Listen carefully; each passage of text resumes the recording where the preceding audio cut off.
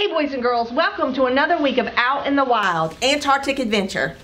This week, we're going to be talking about how it matters who you hang out with. You need to make wise choices with your friends.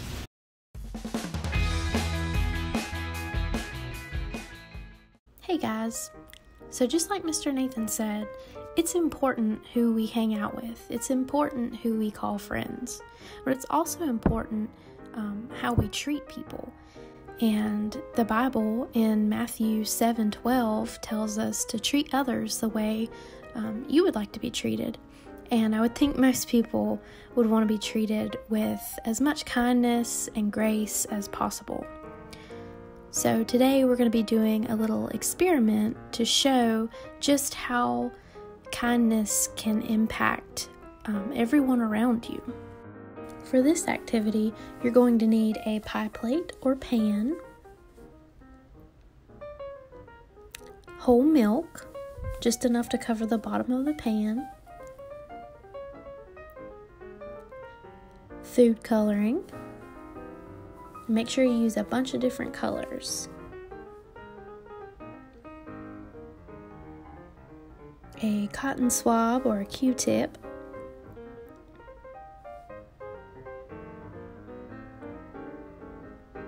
and Dawn dish soap. After you have all of those things, you will pour the milk in the pan, and you'll add a few drops of food coloring just to the sides and keep the colors kind of separated right now. You can use as many colors as you like. Just make sure you keep them separate. Okay. Then you're going to get a cotton swab and dip it in the soap. And then you'll take that and stick it into the milk. And you see how those colors are starting to move. And maybe mix a little bit. You see the blue coming in there. And the red looks pretty neat.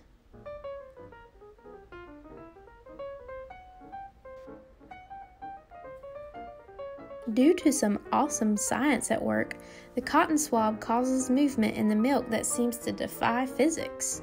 Soon the food coloring will move around, mixing with and influencing all the other colors.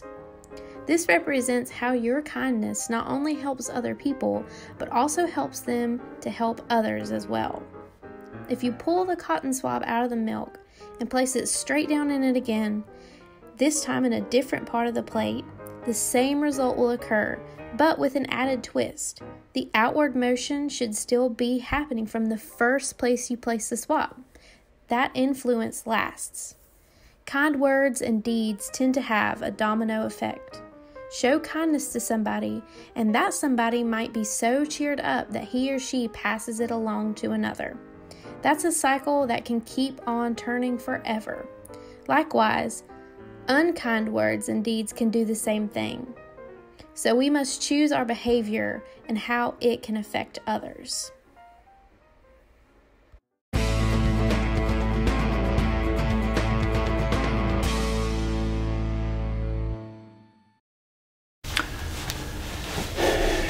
I could have sworn I had him. Where are my boots? Chi! Have you seen my boots? What? My boots, my snow boots. We gotta go to Mount Kirkpatrick today, and I can't go if I don't have snow boots. I don't know where your boots are. Why would I know where they are? Yeah, I suppose you probably didn't take them. A lot smaller feet than I do. And I'm not your keeper. Well, you look a lot like my wife, so Oh, my. she helps me keep up with stuff. Well, you're on your own. Where are those things? What'd you lose, Helen? I lost my boots, Uncle Antarctica. How do you lose your boots? Did you check the last place you left them? I saw you over in the river. The last place I remember seeing them was on my feet. Well, you might want to check the river. Why might I need to check the river? You just may have gone for a swim. I don't know. Seems mighty suspicious. But I'd check there if I were you. Okay. Why'd you do that? What? Me? You know they didn't just end up in the river. They may have. They could have grown feet and walked in there. Really? I know you look kind of familiar. You look familiar too. Did you used to be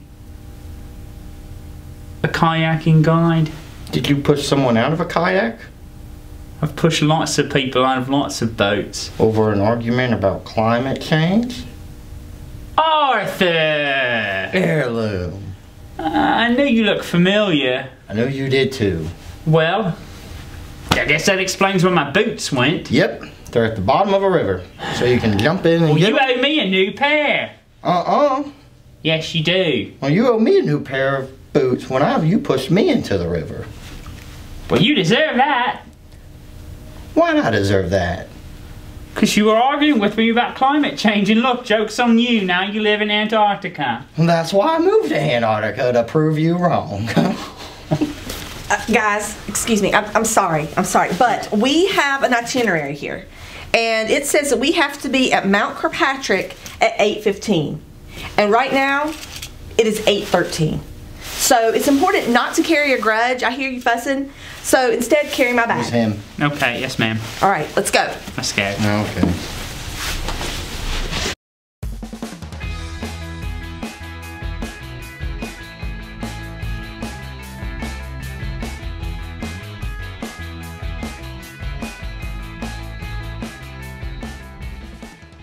Another man became famous in the kingdom.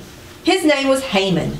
Hello. The king thought Haman was a good man. He's a good man. So he ordered everyone in the kingdom to bow down to Haman. Bow down to Haman. But Haman was a bad man, and he hated the Jews. Mordecai would not bow down to Haman. Haman was so angry that he planned a way to kill Mordecai and all of the Jews. Haman told the king that the Jews were bad. The Jews are bad.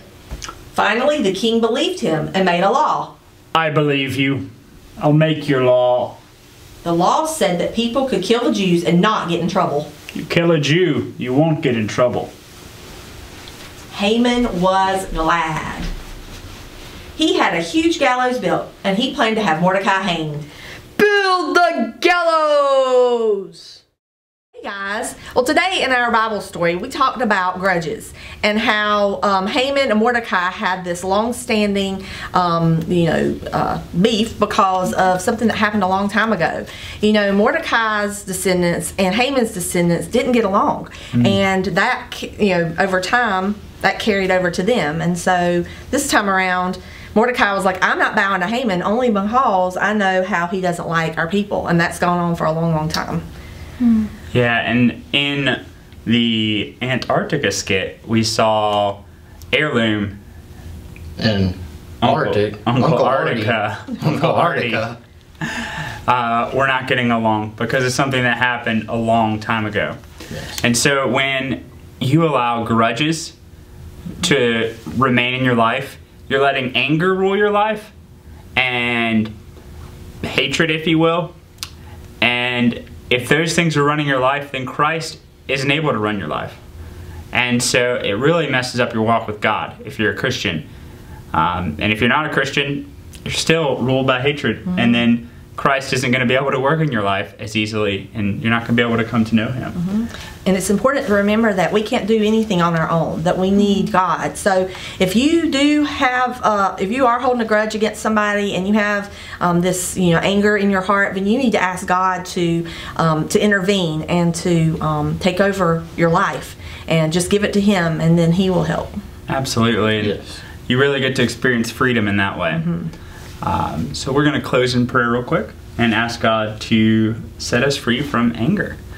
Dear Lord, I thank you so much for reminders like this in the Bible that show us you really are in control and that we need to surrender to you, Lord, and not hold grudges. I pray that we would be able to do that in our own lives. In your name, amen. Amen.